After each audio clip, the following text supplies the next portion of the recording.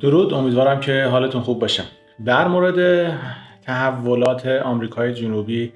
و کشور گایانا میخواستم به چند مورد کوتاه اشاره کنم و تلاش میکنیم حالا در یک برنامه با بررسی تحولات روز یک تحلیل دقیقی رو در مورد این کشور که بعید میدونم خیلیاتون تا به امروز اسمش رو شنیده باشید صحبت کنیم. این کشور هم مرز در آمریکای جنوبی، هم مرز در سمت غرب خودش با ونزوئلا و در سمت جنوب خودش با برزیل هم مرز هستش. این کشور یکی از تولید کننده های نفت هستش. البته نفت آنچنانی نداره، روزانه 400,000 بشکه نفت صادر میکنه و عملا یک کشوری هستش که در زمان کرونا برخلاف اکثر اقتصادهای دنیا اقتصادش قوی شدش. ولی چند ماهی هستش که به حال دولت ونزوئلا تلاش میکنه که این کشور رو، گایانا رو اشغال کنه و با رفراندومی که در ونزوئلا انجام شد و البته رفراندومی که دقیقاً عین رأی گیری ها در جمهوری ولایت فقیه 95% از مردم ونزوئلا با الحاق این سرزمین به ونزوئلا موافقت کردند و این باعث شدش که برزیل به حال لشکرکشی کنه به مرزهای شمالی خودش. البته رئیس جمهور فعلی برزیل مقداری در قبال ونزوئلا مداراتر، یعنی به هر صورت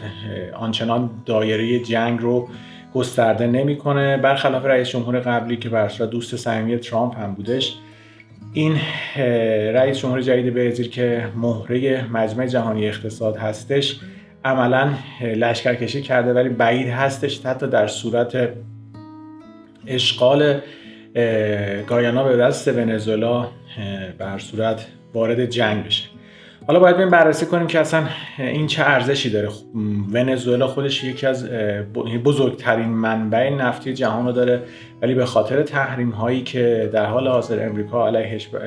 وضع کرده بیشتر از روزی 700,000 بشکه نفت نمیتونه بفروشه. ولی خب اگر مروری بکنیم بعد از شروع شدن جنگ روسیه و اوکراین، روابط ونزوئلا و امریکا دستخوش تغییراتی قرار گرفت و سفر نمایندگان کنگره امریکا به ونزوئلا و قول و قرارهایی که اونجا رد و بدل شد و تلاش کردن که یک سری تحریم ها رو بردارن در ازایی که در سال 2024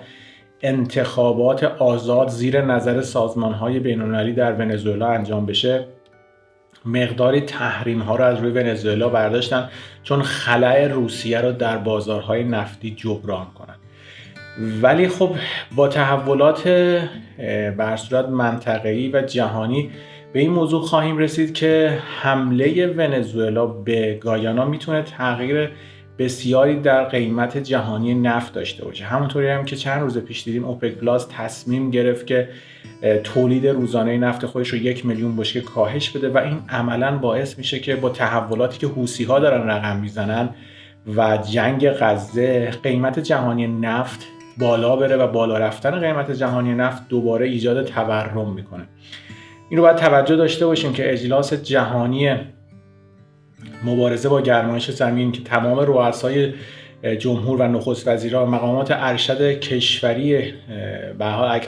قریب به اتفاق ابرقدرت‌ها شرکت کردن در امارات به کمتر حائز اهمیت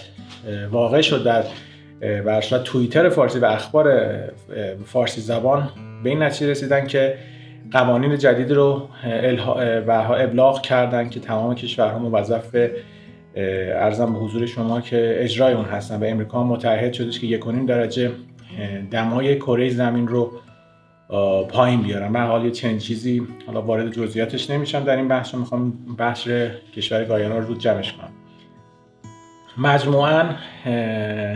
اگر همه رو کنار هم دیگه بذاریم، پازل ها رو کنار هم بچینیم، باید منتظر یک بحران انرژی در جهان هم باشیم. همزمان با این ابلاغیه انرژی پاک و کنار گذاشتن انرژی فسیلی میبینیم که نیازمند یک بحران هم هست. همونطور که در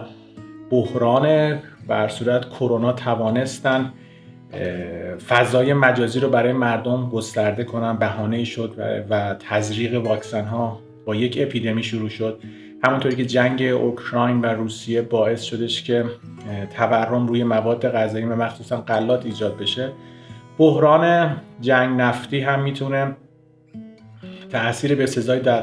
قیمت نفت داشته و بالا برده با رفتن قیمت نفت میتونه یک بازی دو سربرد برای امریکا باشه، چون عملا امروز امریکا بزرگترین صادر کننده نفته، ولی خب با نزدیک شدن به انتخابات امریکا و بالا رفتن قیمت انرژی میتونه تاثیر بذاره رو کمپین جو بایدن.